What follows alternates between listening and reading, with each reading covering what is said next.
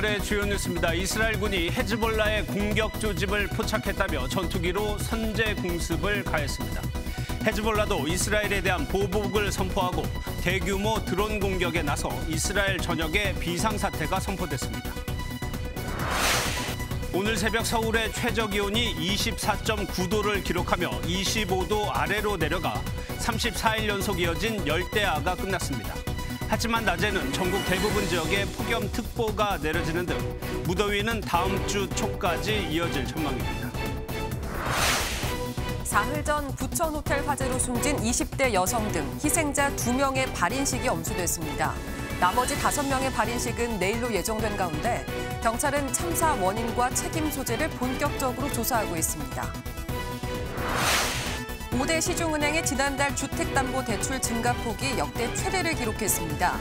0%대 초저금리 시기보다 영끌이 늘어나 가계부채 적신호가 켜졌습니다. 여러분 안녕하십니까. 헤즈볼라가 수백 발의 로켓을 동원해 이스라엘을 공격했습니다. 지난달 헤즈볼라 최고위급 지휘관이 이스라엘에 암살된 사건의 보복 차원입니다. 이스라엘은 헤즈볼라의 공격을 미리 감지하고 전투기 100대를 출격시켜 헤즈볼라를 선제 타격했습니다. 첫 소식은 정주영 기자가 보도합니다. 이스라엘군이 공개한 영상입니다. 레바논에 있는 친이란 무장 세력 헤즈볼라의 미사일 발사대 추정 지점을 공습하자 큰 폭발과 함께 초토화됩니다. 이스라엘군이 헤즈볼라의 대규모 공격 조짐을 포착했다며 선제 타격에 나선 겁니다. To remove these threats, the IDF is striking terror targets in Lebanon from which Hezbollah was planning to launch their attacks on Israeli civilians. 이란의 지원을 받는 헤즈볼라는 즉각 맞대응에 나섰습니다. 이스라엘 북부를 중심으로 로켓 320발 이상을 발사하고 드론으로 군사기지 11곳을 타격했다고 주장했습니다. 헤즈볼라는 이스라엘에 대한 보복 1단계가 완전한 성공으로 끝났다며 어떠한 침략이나 공격에도 강력하게 경계할 것이라고 했습니다. 영상 속 모습에서 레바논 지역에서 폭격과 폭발음이 포착되거나 헤즈볼라가 쏜 로켓이 이스라엘 공중에서 격추되는 등 혼전이 펼쳐졌습니다. 헤즈볼라는 지난달 최고위급 지휘관 푸아드 슈크러가 이스라엘 폭격으로 사망한 데 대한 보복이라며 결전을 예고하고 있습니다. 이스라엘과 헤즈볼라가 주고받은 이번 교전이 전면전으로 번지진 않았지만 충돌의 불씨는 여전히 남아 있습니다. MBN 뉴스 정주영입니다. 이스라엘과 헤즈볼라의 공방은 1시간여 동안 진행됐습니다. 아직 정확한 피해 규모는 나오지 않고 있지만 레바논에서는 사망자가 나왔습니다. 헤즈볼라가 1단계 보복이라는 표현을 쓴 만큼 전장이 확대될 가능성도 배제할 수 없습니다. 미국은 이스라엘 지원을 재차 확인했습니다. 이어서 김세희 기자입니다. 이스라엘 북부 마노트 지역의 닭농장이 레바논이 발사한 로켓으로 불타오릅니다. 닭장 지붕은 무너졌고 폭격의 충격에 닭들은 사방에 놓여 있습니다. 이스라엘 정부는 현지 시각 오전 6시부터 48시간 비상 상황을 선포했고 네타냐후 총리는 긴급 안보 내각을 소집했습니다. אנחנו נחושים לעשות הכל כדי להגן על המדינה שלנו, להחזיר את תושבי הצפון בבטחה לבתיהם ולהמשיך לקיים כלל פשוט. מי שפוגע בנו, אנחנו פוגעים בו. 이스라엘 텔아비브 공항은 모든 항공편을 일시 중단했고 여행객들은 불안감에 휩싸였습니다. As you see everyone's faces, everyone's scared, everyone's just waiting, sitting on the floor. We don't know what's going to be. 이스라엘 당국이 집계한 피해 상황은 아직 발표되지 않은 가운데 레바논에서는 이스라엘의 공격으로 1명이 사망한 것으로 전해집니다. 미국 백악관은 이번 이스라엘의 선제 공격에 대해서 방어권을 지지하며 이스라엘 방어를 위한 지원 준비가 돼 있다고 밝혔습니다. 백악관 국가안전보장회의는 현재 이스라엘 측과 지속적으로 소통하고 있다며 양국의 상황을 면밀히 주시하고 있다고 설명했습니다. 휴전 협상이 난항을 겪는 가운데 이스라엘과 헤즈볼라의 군사적 충돌 격화가 중동 전면전으로까지 확산될 우려도 나옵니다. MBN 뉴스 김세희입니다. 중동이 다시 화약고가 되고 있습니다. 확전 가능성이 있는 건지 중동 상황 짚어보겠습니다. 국제부 주진희 기자 나와 있습니다. 어서 오세요. 예. 지난 4월에도요. 이란이 이스라엘 본토를 공격한 적이 있는데 이번 헤즈볼라 공격은 그때하고는 조금 다른 것 같아요. 네, 맞습니다. 지난 4월 공격 때는 공격에 대응할 시간을 줬던 사실상 보복이 조율된 상황이었다고 할 수 있습니다. 예. 반면 이번엔 헤즈볼라의 공격이 임박했다는 첩보가 미국과 이스라엘 정보 당국에 지난 이틀 동안 있었다고 합니다. 이런 첩보를 뒷받침하는 정황도 지난 며칠 동안 이어졌습니다.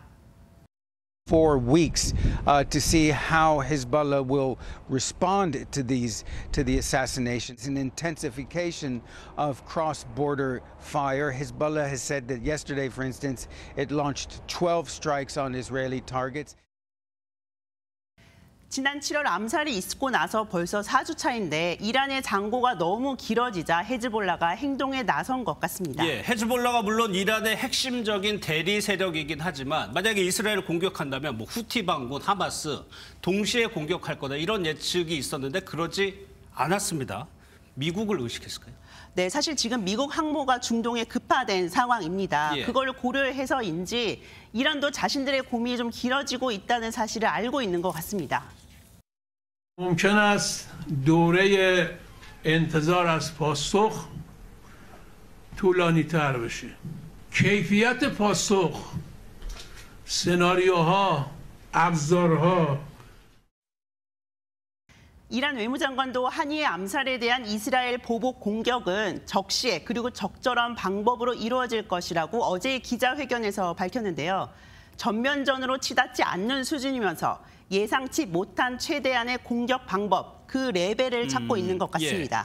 예. 이스라엘은 아직 공격에 대응하는 상황이에요. 혹시 또 보복에 나선다면 또 전장이 확대될 수가 있는데 피해 규모에 따라 달라질 것 같아요.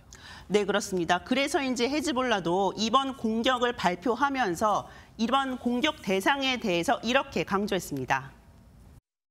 What will cross a red line for Israel in terms of a potential for escalation of response is if there have been high civilian casualties, that they're only targeting military sites, and that is sort of within the expected red line.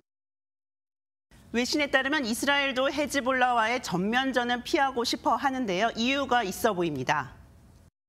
Lebanon much easier. So it has this sort of strategic depth that it takes full advantage of. In 2006, 34 days of cross-border fire. Then Israeli troops entered South Lebanon and were essentially.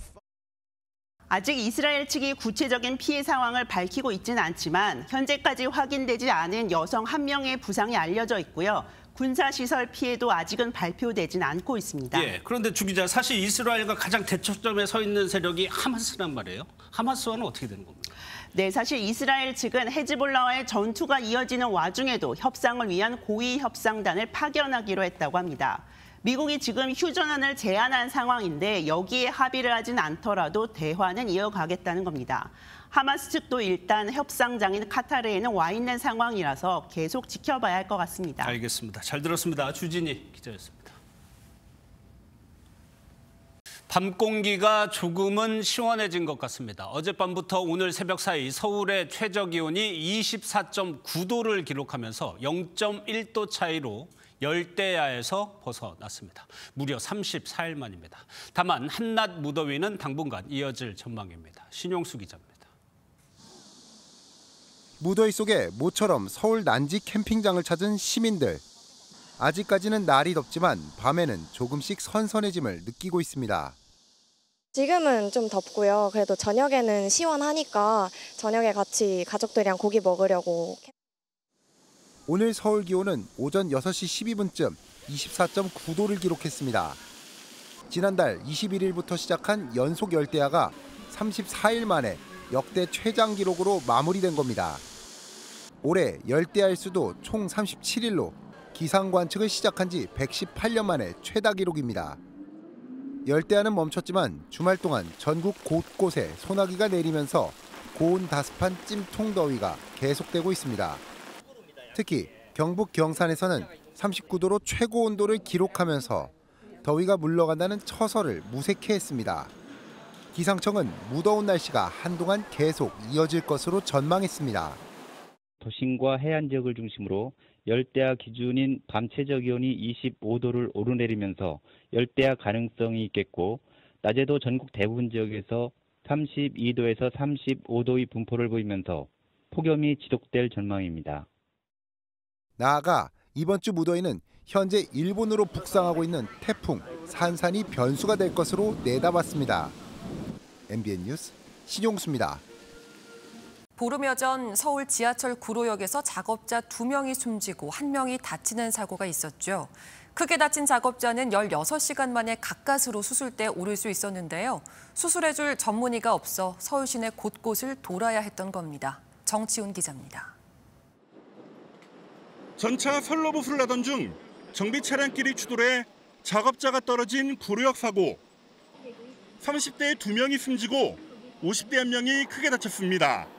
당시 119 구급대는 10분쯤 지나 현장에 도착해 다친 작업자를 태우고 인근 병원으로 급히 출발했습니다. 현장에서 불과 4분 거리에 있는 고려대 구로병원에 연락했지만 환자 수용이 어렵다는 답을 들었고 1시간쯤 지나 도착한 곳은 국립중앙의료원 중증외상센터였습니다. 검사를 했지만 대퇴부골절 응급수술을 할 정형외과 전문의가 없다며 수소문 끝에 마포구에 있는 서울연세병원으로 옮겼습니다. 머리 상처 봉합수술을 받았지만 역시 응급수술을 할 수 없다며 다시 강서구에 있는 원탑병원으로 3차 이송됩니다. 결국 50대 작업자는 오후 6시쯤 응급수술을 받았습니다. 사고가 난 지 15시간 51분이 지난 시점입니다. 조국혁신당 김선민 의원은 주요 대형 병원마저 응급체계가 무너지고 있는 게 우려된다고 말했습니다. 지금 병원을 떠나고 있는 거는 자포자기 그리고 더 이상은 못하겠어서가 많거든요. 앞으로 한참 동안은 불안하게 지낼 수밖에 없는 거죠. 올 상반기 발생한 119 재이송 건 중 40%가 전문의 부재로 발생했습니다. 김 의원은 의대 증원 문제에 매몰되지 말고 하루빨리 응급의료와 필수의료 확충 방안을 마련하라고 촉구했습니다. MBN 뉴스 정춘우입니다. 어젯밤 식당에서 흉기를 휘둘러 중국인을 살해한 50대 남성이 경찰에 붙잡혔습니다. 도주 3시간여 만에 숙박업소에서 체포됐는데 중국 국적의 불법 체류자였습니다. 심동욱 기자입니다. 순찰차 한 대가 다급히 달려오고 뒤이어 구급차가 빠르게 도착합니다. 구급대원들이 들 것을 꺼내들고 잠시 뒤 한 남성이 실려 나옵니다. 어젯밤 9시 50분쯤 서울 가리봉동의 한 식당에서 50대 남성 A씨가 중국 국적의 남성에게 흉기를 휘둘렀습니다. 경찰서 아마도 그래. 뭔 일인가 하고 나가봐서 뭔 일이에요? 누가 칼로 찔렀다고 그런 것 같아요. 이러더라고. 흉기에 가슴을 찔린 피해자는 바로 병원으로 이송됐지만 결국 숨졌습니다. 추적에 나선 경찰은 현장에서 도주한 A씨를 서울 금천구의 한 숙박업소에서 2시간 30여 분 만에 체포했습니다. 경찰 조사 결과 A씨는 중국 국적의 불법 체류자인 것으로 확인됐습니다. A씨는 식당에서 피해자와 말다툼을 벌인 뒤 화가 나 범행을 저지른 것으로 알려졌습니다. 경찰은 A씨를 상대로 정확한 범행 동기를 조사한 뒤 구속영장을 신청할 예정입니다. MBN 뉴스 심동욱입니다. 전북 군산 어청도 해상에서 조업 중이던 어선에서 폭발과 함께 불이 나 해경이 선원 12명을 구조했습니다. 강원도 양양에선 차량 역주행 사고가 발생해 6명이 다쳤습니다. 심우영 기자입니다. 바다 한가운데 화염에 휩싸인 어선에서 큰 폭발음과 함께 불길이 치솟습니다. 해경 경비정이 물을 뿌려보지만 불길은 더 거세집니다. 전북 군산시 어청도 남서쪽 141km 해상에서 조업하던 86톤급 어선에서 불이 난 건 어제 오후 11시 59분쯤. 해경은 구명뗏목에 탄 선원 12명을 구조했지만 불길을 잡는 데 애를 먹었습니다. 관시에서 불이 나니까 선박 자체가 섬유 강화 플라스틱이라고 해서 불이 나면은 진화하는데 굉장히 어려운 상황이다 보니까 SUV 앞부분이 심하게 부서졌고 구조대원들이 차에 갇힌 운전자 등을 구조합니다. 어제 오후 8시 50분쯤 강원 양양군 낙산 사거리 인근에서 역주행하던 승용차와 SUV가 충돌했습니다. 이 사고로 SUV에 탄 30대 남녀와 승용차에 있던 50대 여성이 중상을 입는 등 6명이 다쳤습니다. 본네트 부위가 그 운전석까지 좀 밀릴 정도로 반파된 그런 상황이고, 두 차량 다 거의 폐차 수준으로 파손이 된. 경찰은 관광으로 온 승용차 운전자가 길을 잘못 들어 사고가 난 것으로 보고 사고 원인을 조사 중입니다. 오늘 오전 11시 30분쯤 동해고속도로 속초 방향 노학이교에서 승용차 세대가 잇따라 충돌했습니다. 이 사고로 3명이 다쳤고 차량 2대에 불이 나면서 일대 교통이 1시간 동안 혼잡을 빚었습니다. 어제 오후 7시쯤 충남 금산에서는 40대 남성이 술에 취해 금강에 들어갔다 숨졌습니다. 함께 입수했던 남성이 119에 신고해 심정지 상태로 구조됐지만 병원에서 숨졌습니다. MBN 뉴스 심호영입니다. 중국에 거점을 두고 활동하던 보이스피싱 일당의 총책이 붙잡혔습니다. 피해자는 1,900여 명, 피해액이 총 1,500억 원이 넘는데요. 단일 조직이 벌인 범행 중 피해 금액 기준으로 국내 최대 규모입니다. 현지호 기자입니다. 1,900명 넘는 피해자들로부터 수천억 원을 뜯어낸 보이스피싱 조직의 총책이 붙잡혔습니다. 중국에 거점을 두고 2017년부터 범행을 이어온 이들은 수사기관을 사칭하는 전형적인 수법을 썼습니다. 서울중앙지검 금융기업범죄수사팀의 한정태 수사관입니다. 그 통장은 범죄로 사용이 되었기 때문에 추가적인 피해가 발생하지 않도록 저희가 동결 처리를 했습니다. 하지만 범행 수준은 상상을 뛰어넘었습니다. 100명 가까운 조직원을 두고 상황별 시나리오를 짜 정기적이고 체계적으로 교육했습니다. 실제 검사 이름이 들어간 공무원증을 위조했고 가짜 서류와 가짜 검사실까지 만들어 영상통화로 보여주기도 했습니다. 지금까지 확인된 피해액만 1,511억 원 상당. 피해자를 조롱해 극단적 선택에 이르게 한 경우도 있었습니다. 단일 피해로 41억 원을 뜯어낸 적도 있는 최대 규모의 피싱 조직인데 중국 공안과의 국제공조로 이번에 총책 2명이 검거된 겁니다. 추가적인 범죄가 좀 예방이 되기를 희망을 하고 있고요. 검거 피해자들에 대해서도 지속적으로 추가 수사를 통해서 더 규모를 밝혀낼 예정입니다. 지난해에 이어 올해 공조 수사를 통해 추가로 붙잡힌 일당 29명에 대해서는 순차적으로 국내 송환이 이뤄질 예정입니다. MBN 뉴스 현지호입니다. 가벼운 접촉사고가 났는데 상대가 뒷목을 잡고 내린다. 그리고는 과도한 병원비를 요구한다. 생각만 해도 머리가 지끈거리는데요. 시속 10km 정도의 저속주행 중인 차량과 부딪힌 경미한 사고에선 다칠 위험이 극히 적다는 연구 결과가 나왔습니다. 길기범 기자입니다. 지하주차장 입구에서 갑자기 앞에 있던 승용차가 후진하더니 뒷차를 들이받습니다. 뒷차 운전자가 차량 상태를 확인하려고 나오는데 멀쩡히 걸어 나옵니다. 그런데 뒷차 운전자는 이후 30차례 넘게 통원 치료를 받았다며 치료비만 230만 원을 요구했습니다. 또 다른 사고도 마찬가지. 앞차가 후진하다 뒷차를 받았는데 뒷차 운전자인 20대 남성은 2주일 동안 입원해 치료비가 500만 원 가까이 나왔습니다. 이처럼 경미한 사고에서 과도한 진료비를 요구하는 경우가 늘고 있는데 실제 자동차 사고 경상자의 평균 진료비는 10년 만에 184% 증가했습니다.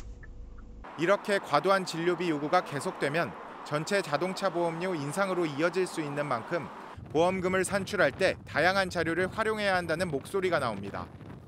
실제 성인 남녀를 대상으로 충돌 시험을 진행했는데 시속 10km 안팎 속도의 차량 사고에선 부상자가 한 명도 발생하지 않았습니다.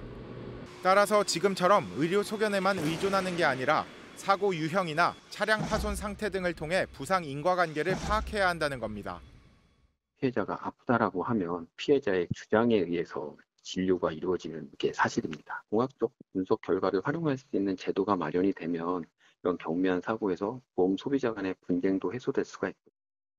실제 독일과 스페인 등은 가벼운 차 사고일 경우 부상을 당할 정도의 충격이 발생했는지를 고려해 보험금을 지급하도록 하고 있습니다. MBN 뉴스 길기범입니다. 부천 화재 사건 당시 긴박했던 최초 119 신고 녹취록이 공개됐습니다. 접수 요원은 출동 지령을 내리는 순간까지도 정확한 화재 장소를 파악하는 데 애를 먹었던 것으로 나타났는데요. 손님들이 대피했는지 묻는 요원의 질문에 돌아온 건 짧은 탄식뿐이었습니다. 최형규 기자입니다. 경기도 부천 호텔 화재 당시 불이 시작된 810호 객실안은 모두 검게 그을려 잔해조차 원래 형체를 알아볼 수 없을 정도입니다.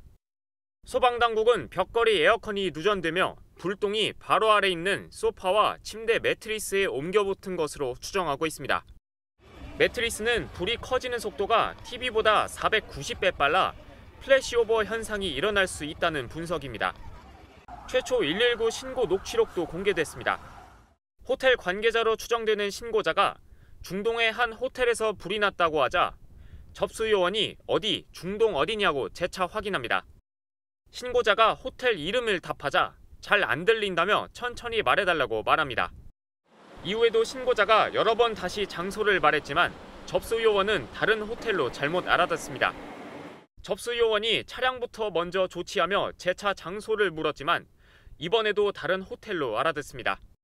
정확한 위치를 파악한 시점은 먼저 출동 지령을 내린 이후였습니다. 최초 신고는 19시 39분경이며 선착대는 19시 43분에 도착하였습니다. 신고자가 손님들이 대피 안 했다고 하자 접수 요원은 수차례 사람들 대피부터 먼저 하라고 안내합니다. 접수 요원이 대피 여부를 계속 확인했지만 신고자는 짧은 탄식만 하며 말을 잇지 못했고 통화는 그대로 종료됐습니다. MBN 뉴스 최영규입니다. 이번 참사로 목숨을 잃은 7명 중 2명의 발인이 오늘 진행됐습니다. 경찰은 불이 왜 났는지, 평소 전기 설비 점검은 잘했는지를 비롯해 소방의 에어매트 설치와 운영이 적절했는지 자세히 조사하고 있습니다. 노승환 기자입니다. 검은색 운구차가 유족을 기다립니다.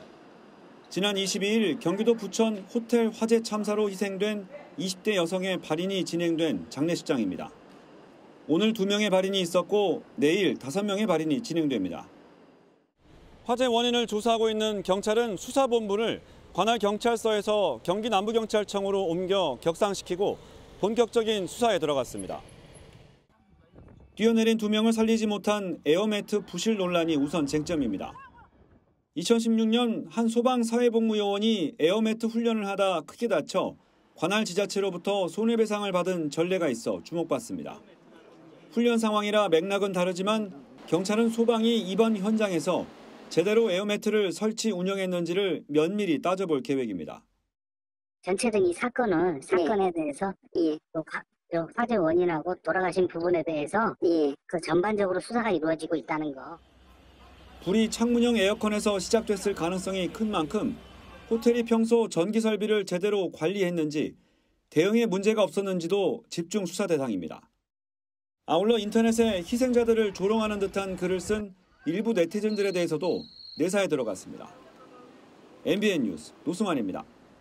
해리스 부통령이 박빙 우세를 이어가자 미 언론들은 해리스 정부 출범을 가정해 핵심 포스트에 대한 하마평을 내놓고 있습니다. 그중 우리에게 큰 영향을 미칠 외교 안보 라인에 관심이 쏠립니다. 트럼프 전 대통령은 범죄에 가장 약한 후보라며 연일 해리스 때리기에 집중하고 있습니다. 워싱턴에서 최중락 특파원입니다. 해리스 부통령이 승리해 정부를 출범하면 바이든 정부의 외교안보 참모는 모두 바뀔 것으로 전망됩니다. 월스트리트 저널 등에 따르면 백악관 국가안보보좌관으로 필 고든 부통령 국가안보보좌관, 톰 도닐런 전 보좌관, 람 이메뉴엘 주일대사 등이 거론됩니다. 국무장관은 크리스 쿤스 상원의원과 윌리엄 번스 중앙정보국 CIA 국장, 설리번 국가안보보좌관, 톰 나이즈 전 국무부 부장관이 거명됩니다. 국방부 장관은 미셸 플러노이 전 국방부 차관, 크리스틴 워머스 현 육군 장관 등이 하마평에 오르며 첫 여성 장관 탄생 전망이 나옵니다. 대관식을 마친 해리스 부통령은 오는 28일 월즈 부통령 후보와 함께 버스투어 방식으로 남부경합주 조지아를 다시 찾을 예정입니다. 최근 조지아주를 분석한 여론조사는 해리스 부통령 46.5%, 트럼프 전 대통령 49.2%를 기록했습니다. 무소속 후보 케네디 주니어와 연합을 형성한 트럼프 전 대통령은 해리스는 범죄에 관한 역사상 가장 약한 후보라며 연일 비판 수위를 높이고 있습니다. She never even made it to the first state, the great state of Iowa. Never made it. And now she's the one running. A little strange, isn't it? As you see, that's really a threat to democracy if you get right down to it, right? 한편 미국 언론들은 해리스와 트럼프 모두 주요 정책의 세부 내용은 밝히지 않고 상대 비판에 집중하는 전략적 모호성을 취하고 있다고 분석했습니다. 워싱턴에서 MBN 뉴스 최종락입니다. 프랑스에서는 유대교 회당 앞에서 차량이 폭발해 경찰관이 다치는 테러가 일어났습니다. 어제 독일에서는 시민 3명을 흉기로 살해한 사건도 있었죠. 경찰 추적 끝에 용의자가 체포됐습니다. 우종환 기자입니다. 건물벽을 따라 하얀 연기가 치솟습니다. 현지 시각으로 어제 프랑스 남부 몽펠리에 인근 그랑드모트에 있는 유대교 회당 앞 차량 2대에서 불이 났습니다. 이 중 한 대가 폭발하면서 경찰관 1명이 다쳤습니다. C'est très choquant. Le bruit que j'ai entendu, ça a été plus fort que tout. J'ai jamais entendu ce bruit de toute ma vie depuis que je suis à la Grande Motte. Ça fait plus de 25 ans. Donc ça a été un gros choc. 용의자는 근처에서 경찰에 체포됐는데 팔레스타인 국기와 총을 가지고 있었습니다. 당초 차량 화재로 시선을 돌린 뒤 회당에 진입하는 게 목적이었지만 실패한 걸로 조사됐습니다. 전날에는 독일 노르트라인 베스트팔렌주 졸링겐 축제 현장에서 흉기 난동으로 3명이 숨졌습니다. 경찰 특공대는 추적 끝에 난민 수용소에서 26살 남성 용의자를 검거했습니다. Wir sind hier einem Hinweis nachgegangen, deshalb gab es hier den Zugriff von Spezialeinsatzkräften der Polizei. Ist alles abgesperrt und jetzt müssen wir das Ende des Einsatzes abwarten, um auch ein Ergebnis zu präsentieren. 용의자는 2022년 독일로 와 망명 신청을 한 시리아인으로 알려졌습니다. 극단주의 테러 조직인 이슬람 국가 IS는 자신들의 조직원이 저지른 일이라고 주장했지만 진위는 확인되지 않았습니다. MBN 뉴스 우종환입니다. 금사과로 불리던 사과 가격이 내려가고 있습니다. 하지만 아직 소비자들이 체감할 만큼은 아닌데요.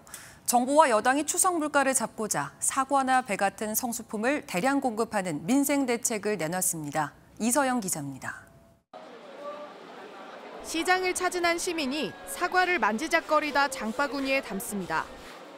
사과 출하가 시작되면서 도매 가격이 일시적으로 낮아져 그나마 살 엄두를 낼 수 있었습니다. 햇과일이 나오기 시작했지만 소매 가격은 아직 떨어지지 않아 체감 물가는 여전히 부담스럽습니다. 모든 물가가 너무 비싸요. 그래서 2만 원을 갖고 오든 3만 원을 갖고 오든 그거는 과일 하나만 사면은 끝이에요. 특히 추석을 앞두고 성수품을 중심으로 물가가 또 꿈틀댈 조짐을 보이고 있습니다. 실제로 사과와 함께 추석 차례상에서 빠지지 않는 배 가격은 여전히 높았습니다. 위기감을 느낀 정부는 배추, 사과, 배 등 20여 가지 추석 성수품을 17만 톤 공급하는 대책을 내놨습니다. 아울러 최근 산지 가격 하락으로 어려움을 겪는 쌀, 한우 등 농축수산물 선물 세트를 할인 공급하기로 했습니다. 추석 물가 안정에 총력을 다하는 한편 민생 경제 활력을 제고하는 추석 민생 안정 대책을 마련하여 신속히 추진하기로 하였습니다. 전통시장 지출과 신용카드 사용액 증가분에 대한 소득공제를 한시적으로 올리는 방안도 적극 검토하기로 했습니다. MBN 뉴스 이서영입니다. 올해 2분기 말 정부와 가계가 진 빚은 3,042조 원으로 사상 처음으로 3,000조 원을 넘어섰습니다. 국가 채무는 세수 펑크가 계속되면서 1,145조 원을 넘은 데다 최근 주택담보대출이 급증하며 가계빚도 1,900조 원에 달했습니다. 특히 지난달 5대 은행 주담대 증가폭은 역대 최고치를 기록했는데요. 3년 전 금리가 0%대였던 때보다도 영끌이 더 심해질 만큼 가계부채 관리에 비상등이 켜졌습니다. 김태형 기자입니다. 5대 시중은행의 지난달 말 주담대 잔액은 559조 원을 넘어 6월 말보다 7조 6천억 원 가까이 불어났습니다. 월간 기록을 집계한 2016년 이후 최대 증가폭입니다. 9월 미국 금리 인하 기대감과 스트레스 DSR 2단계 시행을 앞두고 대출 막차를 타려는 수요가 몰리면서 8월엔 더 큰 증가폭이 예상되고 있습니다. 이미 지난 22일 기준으로 주담대 잔액은 7월보다 6조 1,400억 원 증가한 상태로 직전 증가폭을 경신할 가능성이 큽니다. 강남이나 한강변 중심으로 최근 고가 주택의 거래가 많이 일어나기도 했고요. 신생아직내 보금자리론 같이 저리대출을 이용해서 주택을 구입할 수 있는 환경이 많습니다. 일부 시중은행들은 주담대 신규 취급액이 코로나19 팬데믹으로 0%대 초저금리가 유지돼 영끌이 본격화된 2021년 8월보다 1조 원가량 늘어났습니다. 이렇다 보니 금융당국이 가계빚 관리를 주문하며 은행권이 주담대 금리를 20차례 넘게 인상했지만 빚은 잡히지 않고 소비자만 피해를 보고 있다는 지적에 이복현 금융감독원장은 당국의 개입을 시사했습니다. 투기 목적 지역의 부동산이 9월 이후에도 계속 지금 대출이 는다든가 이제 어떤 흐름에 문제가 있으면 지금 하는 대책 이상의 어떤 강력한 대책들을 금융당국은 전세자금대출 보증 비율 하향과 주택담보대출 비율 강화 등 고강도 대책을 검토하는 것으로 알려졌습니다. MBN 뉴스 김태형입니다. 비싸도 잘 팔리는 성능 좋은 중국 가전제품이 국내 가전업계를 위협하고 있습니다. 로봇 청소기 시장은 중국 제품이 점유율 1위를 차지하고 있고 TV 시장에서도 중국 업체들의 추격이 매섭습니다. 정설민 기자입니다. 구석구석 쓸고 닦고 더러워진 물걸레는 알아서 빨고 말려줍니다. 국내에서 팔리는 로봇 청소기 2대 중 1대를 차지하는 이 제품, 바로 중국산입니다. 아무리 가격이 비싸도 중국 거래도 품질이 좋으면 쓰죠. 중국 업체에 안방을 내준 국내 기업들은 뒤늦게 반격에 나섰습니다. LG전자는 100가지가 넘는 사물을 인식하고 2cm 문턱도 넘는 제품을 선보였고, 삼성전자는 물걸레 스팀 살균 기능을 탑재해 냄새와 위생 걱정을 덜었습니다. 카메라가 보안에 가장 취약점 중에 하나라 이 카메라에 대해서 어떻게 보안을 할 것이냐가 가장 큰 숙제였는데 보안에 대해서는 여러분들 완벽하다라고. TV 시장에서도 중국 업체들의 추격이 매섭습니다. 올림픽 특수로 올 상반기 전 세계에서 TV가 불티나게 팔린 가운데 중국 업체들은 삼성과의 격차를 크게 좁혔습니다. 기존의 저가 제품이 아니라 프리미엄 제품을 속속 선보이며 이미지 탈바꿈에 나섰습니다. Is our new 115-inch model. This will be the world's largest QD mini LED TV on the market. 싼 맛에 구입하던 중국산 제품이 기술력까지 갖추면서 한중 가전 전쟁이 치열해지고 있습니다. MBN 뉴스 정세민입니다. 국민의힘과 정부, 대통령실은 오는 10월 1일 건국 76주년 국군의 날을 임시 공휴일로 지정하는 방안을 검토하기로 했습니다. 한지아 국민의힘 수석대변인은 오늘 고위 당정협의회 결과 브리핑을 통해 당이 임시 공휴일 지정을 정부에 요청했고 정부는 군 사기 진작과 소비 진작 등 여러 사항을 종합적으로 고려해 검토하기로 했다고 설명했습니다. 지난밤 서울에서 열대야는 잠시 주춤했지만 오늘 한낮에는 33도 안팎의 폭염이 이어졌습니다. 내일도 전국 대부분 지역에 폭염특보가 계속되는 가운데 서울의 최고 체감온도는 32도, 그 밖의 지역도 최고 체감온도가 35도 안팎까지 오르겠습니다. 오늘 무더위 속에 곳곳으로는 산발적인 비도 이어지고 있습니다. 비는 내렸다 그치기를 반복하다가 자정 무렵에는 대부분 잦아들겠습니다. 내일은 전국이 구름 많다가 오후부터 차차 흐려지겠고요. 저녁까지 남부지방에 5에서 40mm의 비가 내리겠습니다. 또 중부지방은 오후 한때 요란한 소나기가 지나는 곳이 있겠습니다. 내일 서울의 아침 최저기온은 25도로 다시 열대야가 나타날 가능성이 있고요. 낮 최고기온은 서울 31도, 대전 33도, 광주와 대구의 낮 기온도 33도까지 오르겠습니다. 한편 북상 중인 10호 태풍 산사는 일본으로 향할 것으로 전망됩니다. 우리나라는 간접적인 영향으로 이번 주 서쪽 지역의 폭염이 더 심해질 수 있겠습니다. 날씨였습니다.